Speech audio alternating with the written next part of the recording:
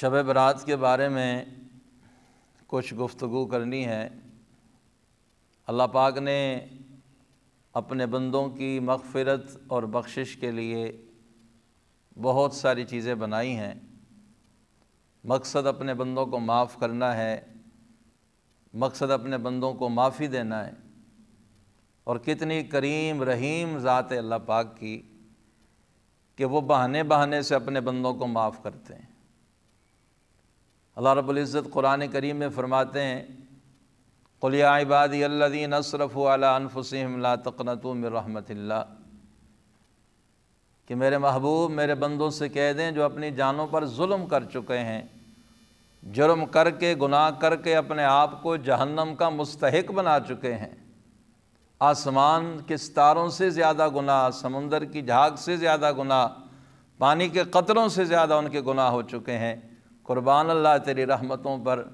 اپنے محبوب سے اللہ کیا فرما رہے ہیں؟ لا تقنطوا من رحمت اللہ، محبوب میری امت، اپنی امت کو، میرے مخلوق کو کہو کہ تم جتنے مرضی گناہگار ہو گئے پر میری رحمت سے مایوس نہ ہونا۔ اللہ اکبر کبیرہ۔ یہ جو رات آج کی رات ہے، شب برات جس کو کہا جاتا ہے، شعبان المعظم کی 15ویں رات ہے۔ حدیث پاک کے اندر آتا ہے، ام عائشہ رضی اللہ تعالیٰ عنہ فرماتی ہیں آقا دو عالم محمد الرسول اللہ صلی اللہ علیہ وسلم میری رات میری باری پر میرے بستر پر آرام فرما رہے تھے، میری ایک دفعہ آنکھ کھلی، دیکھا حضور میرے بستر پر ہیں، پھر کسی لمحے میری آنکھ کھلی، دیکھا حضور میرے بستر پر نہیں ہے۔ مجھے تشویش ہوئی کہ آقا دو عالم صلی اللہ علیہ وسلم اس وقت کہاں تشریف لے گئے۔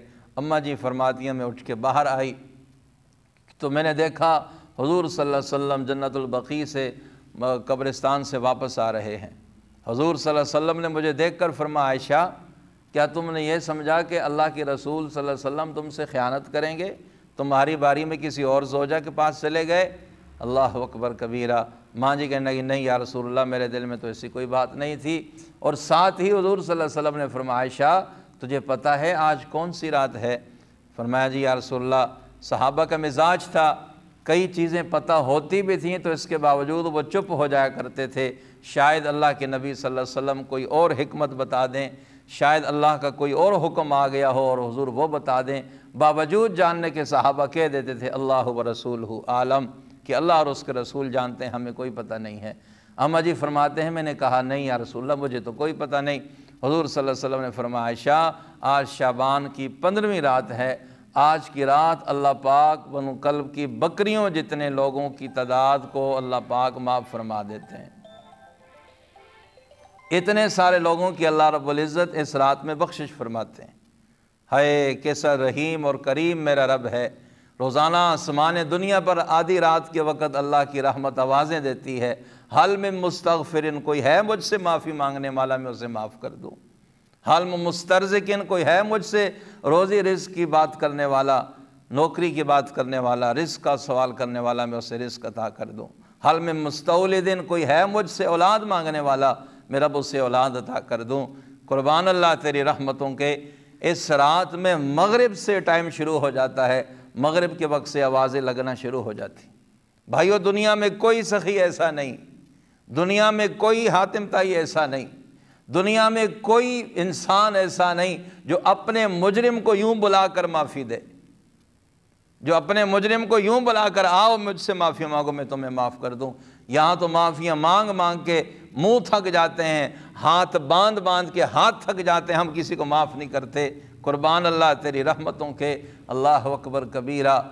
اللہ آواز دیتے ہیں، رحمت آواز دیتی ہے آؤ مجھ سے معافی مانگو میں تمہیں معاف کر دوں۔ بڑے نصیب کی بات ہے۔ میں اس طرف نہیں جاتا، کئی لوگ کہتے ہیں جس کی فضیلت ثابت نہیں ہے، کئی صحابہ سے اس رات کی فضیلت وارد ہوئی ہے۔ بہرحال کچھ نہ کچھ اس رات کے اندر اللہ پاک نے ضرور رکھا ہے۔ اس رات کے اندر عبادت کی جائے، اپنے رب کی حضور نوافل ادا کیے جائیں، اپنے رب سے معافی مانگے جائے، اپنے لیے دعا کی جائیں، اپنے پیاروں کے لیے دعائیں کی جائیں، اپنی مغفرت کا سوال کیا جائے۔ پتہ نہیں زندگی میں پھر یہ موقع ملے نہ ملے، آئیں اپنے رب کو منائیں، اپنے رب کو راضی کر لیں۔ وہ تو پہلے معاف کرنے کے لیے کچہری لگا کے بیٹھا ہے، آؤ کو مجھ سے معافی تو مانگے۔ یہ کون سی عبادت کرنی چاہیے اس رات میں؟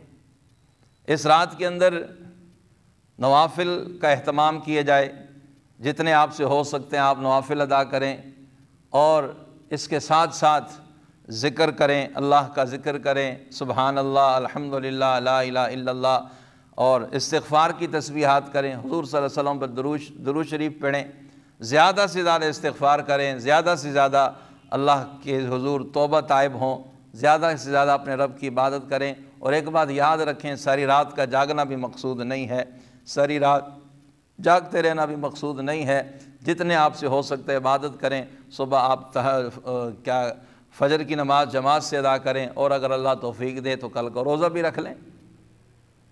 کتنے کریم ذات اللہ پاک کی بات عرض کر رہا تھا کہ اللہ تو معافی دینے کے لیے تیار ہیں، ہمیں مانگنے نہیں ہے، کوئی مانگے تو صحیح۔